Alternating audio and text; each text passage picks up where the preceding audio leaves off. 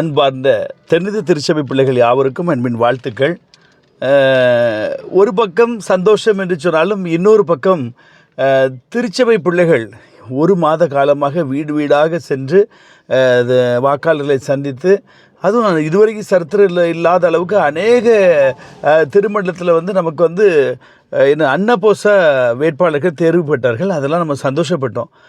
இப்போ என்ன ஒரு ஷாக்கிங் நியூஸ்னால், இன்றைக்கி டபுள் பெஞ்சில் அட்மினிஸ்ட்ரேட்டர் தேர்தலை நடத்துவார்கள், அதாவது சினாட் அட்மினிஸ்ட்ரேட்டர் தேர்தல் நடத்துவார்கள் என்று தீர்ப்பு விட்டது. இது ஒரு வகையில் துக்கமாக இருந்தாலும் இன்னொரு வகையில் இது நியாயம் என்று நான் கருதுகிறேன்.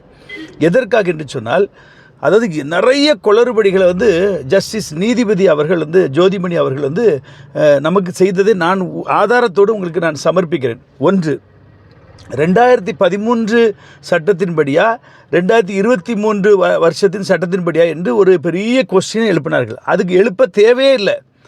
அப்போது முதல்ல ஒரு தரப்புக்கு சப்போர்ட்டாக ஜட்ஜி செயல்பட்டாங்க. அப்புறம் செனாட்டில் மாடரேட் வந்த பிறகு இன்னொரு தரப்புக்கு சப்போர்ட்டாக செயல்பட்டாங்க. இது அதிகாரப்பூர்வமாக உண்மையாக நான் சொல்கிறேன். ஏனென்றால் நானும் அந்த விசாரணையில் பங்கு பெற்ற பொழுது 282 பக்கம் அவ்வளவு ஜட்ஜ்மெண்ட்டையும் நான் வைத்து ஒரு மனு கொடுத்துருந்தேன், ரெஜிஸ்டர் போஸ்ட்டில் கொடுத்துருந்தேன். ஆனால் இன்று வரை நான் எத்தனையோ தடவை வீடியோவில் சொல்லியிருக்கேன், பதில் கொடுக்கவே இல்லை. ஒரு நீதிபதிகிட்ட ஒரு பெட்டிஷன் கொடுத்துருக்கோம், நான் ஒரு பார்ட்டி லீடர் கொடுத்துருக்கோம் என்று சொன்னால் எனக்கு பதில் கொடுக்கணும். அப்போ பதில் கொடுக்கவில்லை. கொடுக்காம என்ன பண்ணிட்டாங்க, எல்லாருக்கும் பாக்கிதாரர் அத்தனை பேருக்கும் என்ன பண்ணிட்டாங்க, ஓட்டுன்னு கொடுத்துட்டாங்க. இது ஒரு பெரிய தப்பு. அப்போ நான் சொன்னேன், நீங்கள் நீதிபதி, உங்களுக்கு நான் ஆலோசனை சொல்கிற இடத்துல இல்லை, நீங்கள் கோர்ட்டில் நீ போய் ஆர்டர் வாங்கிட்டு வந்துரு அப்படி நீங்கள் ஒரே வார்த்தையில் சொல்லுங்கள் அப்படின்னு சொன்னால், டபுள் பெஞ்சில் ஒரு 33 பேருக்கு வாக்கு இல்லைன்னு சொன்ன பிறகு அதை பைபாஸ் பண்ணி இவங்க என்ன பண்ணிட்டாங்க, வாக்காளர் கொடுத்தாச்சு. அப்புறம் வெளியேருந்து நிறைய சொல்கிறாங்க, ஐயா பாக்கி வச்சுருக்க எல்லாருக்கும் ஓட்டை கொடுத்துட்டாரு. இது ஒரு பெரிய தப்பு. ஆக மொத்தத்தில் சரியே இல்லை. அதுக்கப்புறம் கிப்சனுக்கு 5 இடத்துல வாக்கு ஓட்டு இருக்குது என்பதை நான் நேரில் போய் சொல்லியிருக்கிறேன். அப்போ சொல்கிறாங்க, இல்லை அதுக்கு நாங்கள் இங்க் சிஸ்டம் வச்சுட்டோம். நம்ம சட்டம் என்ன சொல்லுது, 2 இடத்துல ஒருத்தர் வாக்கு வைத்தால் அவங்க டிஸ்குவாலிஃபைட் பண்ணணும்னு சொல்லி. அப்போ 5 இடத்துல வாக்கு வைத்திருக்காங்க. இதை ப்ரூவ் பண்ண பிறகும் அவர் எதுவுமே செய்யலை. அப்போது கர்த்தர் இதில் யுத்தம் பண்ணார் தான் நான் நம்புகிறேன். அதாவது நானும் ஹார்ட் ஒர்க் பண்ணியிருக்கேன், ஒவ்வொரு ஊர்களுக்காக அலைஞ்சிருக்கோம், எல்லாருக்கும் தெரியும். ஆனாலும் காலதாமதம் ஆனாலும் நிச்சயமாக நீதி செய்கிற தேவன் அவர் நீதி செய்வார். நம்முடைய திருச்சபை ஆண்டுடைய கருத்தில் இருக்குது. இதில் பிரயாசப்பட்ட தேவ பிள்ளைகள் தான் பாவம். ஒவ்வொரு வீடாக ராத்திரி 11 மணி வரைக்கும் வாக்கு கேட்டு சோர்வடைந்துட்டாங்க. 7ஆம் தேதி தேர்தலுங்கும் போது ஒரு 3 நாளைக்கு முன்பதாக இப்படி ஒரு ஆர்டர் வந்தது. அவர்களுக்கு மிக மிக வருத்தம் தான். ஆனால் என்னை பொறுத்த மட்டில் இப்போ ஏற்கனவே ஒரு 50 பாஸ்டேட்டில் அன்னபோசா ஜெயிச்சு வந்திருக்கீங்க. இன்னும் அடுத்த தேர்தல் எப்படி நவம்பருக்குள்ளே வந்துடும், அது அக்டோபர் நவம்பருக்குள்ளே வந்துடும். வரும்போது டிசம்பருக்குள்ளே இவங்க முடிச்சிருவாங்க. ஏன்னா பெர்னாண்டோ சத்யராஜா பீரியட் முடியுது, moderator Ruban Mark period December ஜனவரியோட முடியுது. ஆகையினால இவங்க எப்படியும் டிசம்பருக்குள்ளே தேர்தல் நடத்தி முடிச்சிருவாங்க. அதனால் நான் என்ன சொல்லுகிறேன், தயவு செய்து திருச்சபை பிள்ளைகள் நீங்கள் கவனத்தில் எடுக்க வேண்டிய காரியம், வாக்காளர்கள் அது வேட்பாளர்கள் மற்றும் எல்லோரும் கவனத்தில் எடுக்க வேண்டிய காரியம். இப்போ 50 பாஸ்டேட்டில் அன்னபோசா வந்த வேட்பாளர்கள் இன்னும் அத்தனை பாஸ்டேட்லேயும் நீங்கள் அன்னபோசா வாங்க. எலெக்ஷன் வேண்டாம். சப்போஸ் இந்த தைலாபுரத்தில் 4 டிசி போட்டிருக்காங்க, 2 டிசிக்கு 4 வேட்பாளர் போட்டி போட்டிருக்காங்க. அப்போ குழுக்களில் வச்சுட்டாங்களாம். அவங்களுக்கும் நான் வாழ்த்து சொல்கிறேன். அப்படி ஒரு சூழ்நிலை வந்தால் நீங்கள் குழுக்களில் எடுத்துகிட்டு போயிருங்க. இந்த மாதிரி தேர்தல் நமக்கு வேண்டாம், நாத்தம் பிடிச்ச தேர்தல் வேண்டாம். அதனால் காலதாமதம் நல்லது தான்.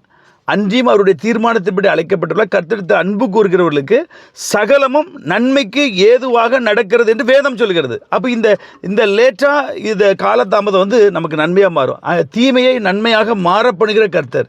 இது ஒருவேளை தீமையாக நீங்கள் எண்ணலாம், ஆனால் இதையும் நன்மையாக கர்த்தர் மாறச் செய்வார் என்பதில் மாற்று கருத்தில். ஆகவே திருச்சபை பிள்ளைகள் சோர்ந்து போகாதீங்க, இன்னும் உத்வேகமாக செயல்படுங்க. நானும் இன்னும் தொடர்ந்து உத்வேகம் செயல்படுவோம்.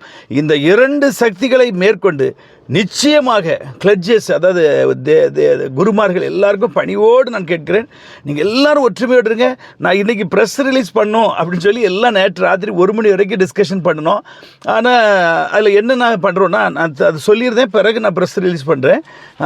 என்ன பண்ண போகிறோம், இப்போ எஸ்டிகே ராஜன் அணி டிஎஸ்எஃப் அணியில் என்ன செய்வாங்க, அவங்களுக்கு வேண்டியவங்கள வேட்பாளர் நிறுத்துவாங்க. இப்போ நான் வந்து கிளர்ஜி செக்ரட்டரி மற்றும் கவுன்சில் சேர்மன் 6 கவுன்சில் சேர்மன் எல்லாமே சீனியாரிட்டி அடிப்படையில் நாங்கள் நேமை தேர்ந்தெடுத்திருக்கிறோம். அது மாத்திரமல்ல, பேராயர் வேட்பாளர் 4 பேர் பேனலில் விடணும். அந்த 4 பேராயரையும் நாங்கள் சீனியாரிட்டி படி வைத்திருக்கிறோம். அதில் எஸ்டிகே ராஜனுக்கு ஃபேவராக தாமஸ் ஐயர் இருக்கிறாரு, இந்த பக்கம் வான்ஸ்டாங் ஐயர் என்னுடைய அத்தான் தான் இருக்கிறாங்க.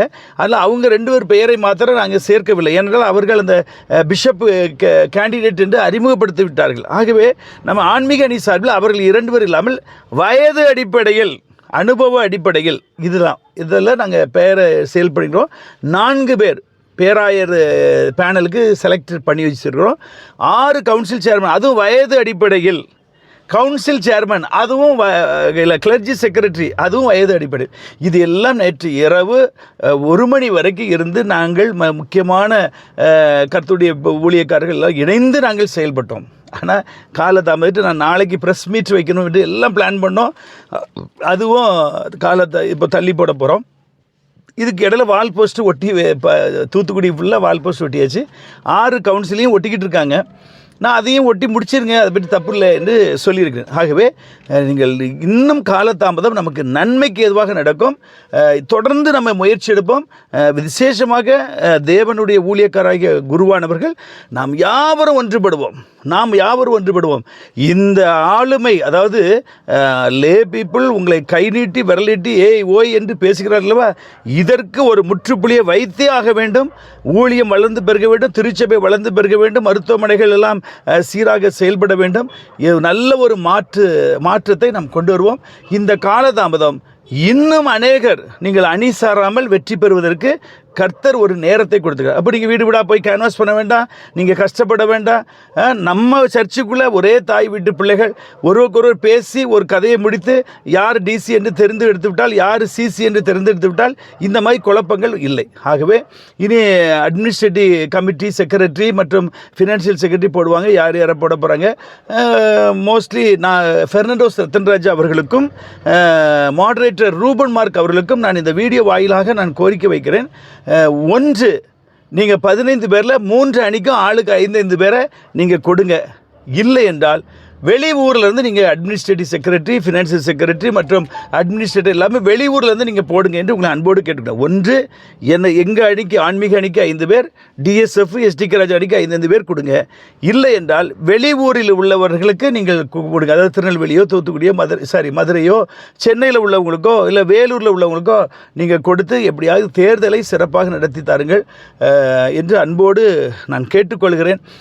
ஒருதலை பட்சமாக இல்லாதபடி நீதி நியாயத்தோடு தர்மத்தோடு நீங்கள் செய்யுங்க. நிச்சயமாக கர்த்தர் உங்களை ஆசீர்வதிப்பார். அதே போல் ஐசக் வரப்பிரசாத் அவர்களுக்கும் அன்போடு நான் கேட்டுக்கொள்கிறேன். நீங்களும் மாடரேட்டர் கமிஷனராக நீங்கள் பொறுப்பெடுத்திருக்கீங்க. ஒரு நடுநிலையோடு நீங்கள் நிதானத்தோடு நீங்கள் செயல்படுங்க. கர்த்தர் உங்கள் வாழ்நாளை ஆசீர்வதித்து தருவார் என்பதை மாற்றுக்கிறது. ஆகவே ஒரு கோர்ட் ஆர்டர் இனி புதுசாக செனாட் அட்மினிஸ்ட்ரேட்டிவ் போட போகிறாங்க செக்ரட்டரிலாம். அது வரைக்கும் நான் காத்திருப்போம். ஒருவேளை இன்று இரவே டைப் அடித்து வெளியே வந்தாலும் வர சந்தேகம் இல்லை. நாம் விசுவாசத்தோடு ஜெபத்தோடு மீண்டும் நாம் முயற்சி எடுப்போம். கர்த்தர் பெரிய காரியங்களை செய்வார். மீண்டும் நல்ல செய்தியோடு உங்களை சந்திக்கும் வரை தேவ கிருபை உங்களோடு இருப்பதாக. God bless you.